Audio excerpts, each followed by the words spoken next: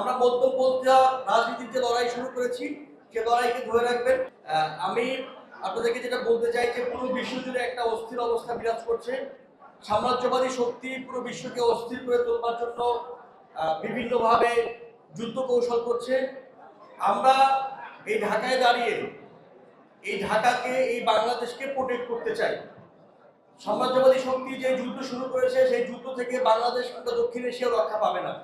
যদি আমরা সচেতন হই, যদি আমাদের দেশের যুবকরা, আমরা তরুণরা যারা আছি, যাদের নেতৃত্বে জুলাই গণ অভ্যুত্থান হয়েছে, আমরা যদি আমাদের মতো করে সচেতন হতে পারি, আমরা যদি এখানে শক্তির বলয় তৈরি করতে পারি, আমরা যদি ঢাকাকে দক্ষিণ এশিয়ার সেন্টার বানাইতে পারি, যেটাকে আমরা বাংলাদেশ পন্থা বলি, তাহলেই কেবলমাত্র এই সাম্রাজ্যবাদী, আধিপত্যবাদী, আঞ্চলিক আগ্রাসন থেকে বাংলাদেশকে রক্ষা করা যেতে পারে।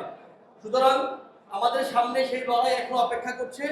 আপনারা যুব শক্তির সারা দেশের নেতৃবৃন্দ একত্রিত হয়েছেন।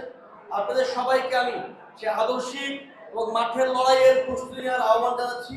আমি আশা করছি ছাত্র শক্তি, যুব শক্তি, এনসিপি সহ সবাই আমরা একসঙ্গে বাংলাদেশকে মুক্ত করার, বাংলাদেশের সার্বভৌমত্বকে রক্ষা করার লড়াইটা চালিয়ে যাব। আমি একই সঙ্গে আপনাদেরকে অনুরোধ করি, আমরা গত কয়েকদিন আগে এই নির্বাচনের আগে সারা দেশ সফর করেছি ছাত্র শক্তির পক্ষ থেকে।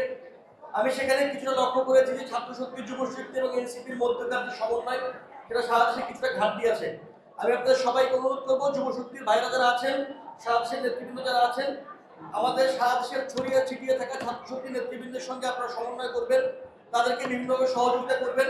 ছাত্র শক্তি সবাইকে সহযোগিতা করে, সবাইকে সঙ্গে নিয়ে এগিয়ে যাওয়ার জন্য বদ্ধপরিকর। ছাত্র শক্তি সবাইকে সহযোগিতা করবার জন্য উদার আছে।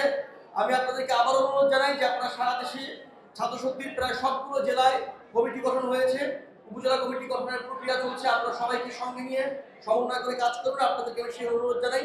একই সঙ্গে আমরা মধ্যপন্থী রাজনীতির যে লড়াই শুরু করেছি সে লড়াইকে ধরে রাখবেন। আপনাদের সবার প্রতি শুভেচ্ছা জানাই।